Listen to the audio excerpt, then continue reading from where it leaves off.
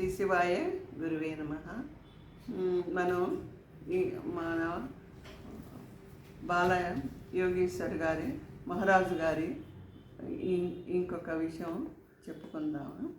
ఏమిటంటే బాలమహారాజు గారు మహిమాగాడిలో బాల మహారాజు గారు మహిమాగఢ్లో దుని వెలిగించేవారు. అయితే భక్తులు రాగానే దుని చుట్టూ ప్రదర్శనలు చేసి అక్కడే దుర్గామాత గుడి, శివుడి గుడి ఉన్నది. ఆ దేవుళ్ళను కూడా దర్శనం చేసుకొని భగవాన్ బాలమహాదేవ్ గారి దర్శనం చేసుకునేవారు భక్తులు. ఒకరోజు ఆవు వాళ్ళ అమ్మగారు తీసుకొచ్చి ఉన్న గోమాత ఉంది కదా, గురువు గారు భగవాన్ గారు రోజు ఆ ఆవు పాలు తాగేవారు. ఒకరోజు ఆవు పాలు ఇవ్వకపోయేటప్పటికీ వాళ్ళ అమ్మగారు సావిత్రాబాయి అయ్యో కుమారుడికి కొంచెం పాలు కూడా తాగలేకపోయినాడే అన్న బాధతో వేరే వారిని అడిగి ఆవు పాలు తీసుకొస్తే మన భగవాన్ బాలయోగి భగవాన్ గారు నేను వేరే ఆవు పాలు తాగను అని చెప్పి ఆయన అలా అని ఉన్నారు. ఒక నెల రోజుల మటుకు పాలు తాగకుండా అలాగే దీక్షతో జపం చేసుకుంటూ కూర్చున్నారు. అప్పుడు ఆయన భక్తులు ఒకళ్ళు ఇది చూడలేక ఇంకొక ఆవుని తీసుకొచ్చి తర్వాత వాళ్ళ నాన్నగారు ఏం చేశారంటే బాలమహారాజు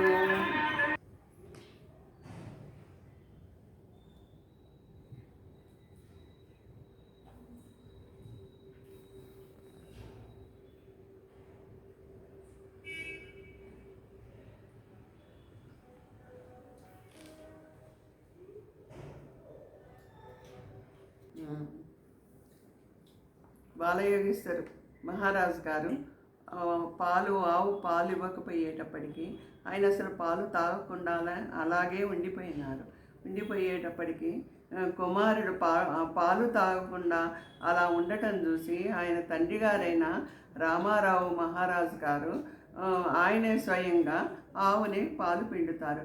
పిండినప్పుడు ఆవు పాల నుండి రక్తధారలు వస్తాయి. వచ్చేటప్పటికి ఆయనకి భయం వేసి అక్కడున్న పశువుల డాక్టర్ దగ్గరికి వెళ్ళి చూపిస్తే ఆయన అంతా పరీక్ష చేస్తారు కానీ అసలు విషయం ఏమిటో ఆయనకి అంతు చిక్కదన్నమాట. అలా ఆవు అట్లా ఉండి ఇలా ఉండగా ఆ ఆవు కాస్త పాపం వెళ్ళిపోతుంది భూమి నుంచి. ఒక భక్తుడు మహారాజు గారి మీద భక్తితో ఈయన పాలు తాగటం లేదని ఇంకొక ఆవుని తీసుకొని వచ్చి ఇస్తే సరే ఆవు పాలన్నా తాగుదామని చెప్పేసి మహారాజు గారు అనుకుంటారు. ఓ భక్తుడు బాలమహారాజు గారిని పాలు తాగకుండా ఉండటం చూసి బాధతో ఇంకొక ఆవుని గోమాతని మహిమాగఢ్నకు తీసుకొచ్చి ఇచ్చేటికి అలా మళ్ళీ పాలు ఇచ్చేటప్పటికి బాలమహారాజు గారి అమ్మగారు సావిత్రాబాయి తల్లి చేతుల మీదుగా గోమాత పాలు సేవించారు. కొన్ని రోజులకి మరి ఏం జరిగిందో ఏమో తెలియదు కానీ మళ్ళీ ఆ పాలు ఆవు ఇవ్వకుండా మానేసింది. పాలకు బదులు మళ్ళీ పాపం చాలా బాధగా ఉంది చెప్పాలంటే కూడా ఈ సంఘటన. ఆవుకి మళ్ళీ రక్తధారలు వచ్చేటప్పటికి అంతు చిక్కలేదు, వీళ్ళకి ఏమిటి ఇలా జరుగుతోంది అని చెప్పి ఆ ఊళ్ళో తెలిసిన ఒక మహానుభావుడి దగ్గరికి వెళ్ళి భగవాన్ బాలమహారాజు గారు నాన్నగారు రామారావు మహారాజు గారు ఒక మహిమాన్వితమైన ఆదిలాబాద్ దగ్గర ఉన్న సద్గురువు దగ్గరికి వెళ్ళి ఈ సంగతి అంతా వివరించి చెప్తారు. చెప్పేటప్పటికీ ఆ సద్గురువు వచ్చి ఆ బాలమహారాజు ఎదుగుదల, దివ్యత్వం, కీర్తి చూడలేక ఎవరో ఏదో ప్రయోగం చేసి ఉంటారని ఆయన చెప్పారనమాట. చెప్పి ఒక సంకేతం కూడా ఇచ్చారు, మీరు జాగ్రత్తగా ఉండండి అని చెప్పి ఆయన ఒక రుద్రాక్షమాలను బాలమహారాజు గారికి ఇచ్చారనమాట. సద్గురువు గారు ఆనందంగా సావిత్రాబాయి గారికి రామారావు గారికి ఆ సద్గురువు దీవెనలు ఇచ్చారు. ఆ, సద్గురు మహారాజుకి ఆ వచ్చి వారిని దీవించిన సద్గురు మహారాజు గారికి నా హృదయపూర్వక నమస్కారములు.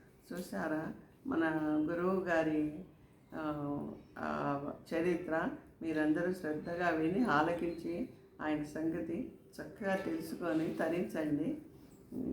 హర హర మహాదేవ.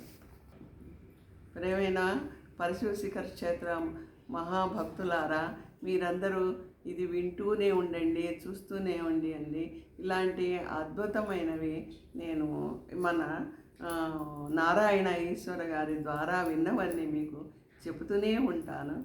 మీరు ఆలకించండి, ఆనందించండి. మీకు అందరికీ నమస్కారములు. తాడేపల్లి విజయబ్రహ్మణమ్మ. ఓం నమ శివాయ. హర హర మహాదేవ. సర్వే జనా సుఖినో భవంతు.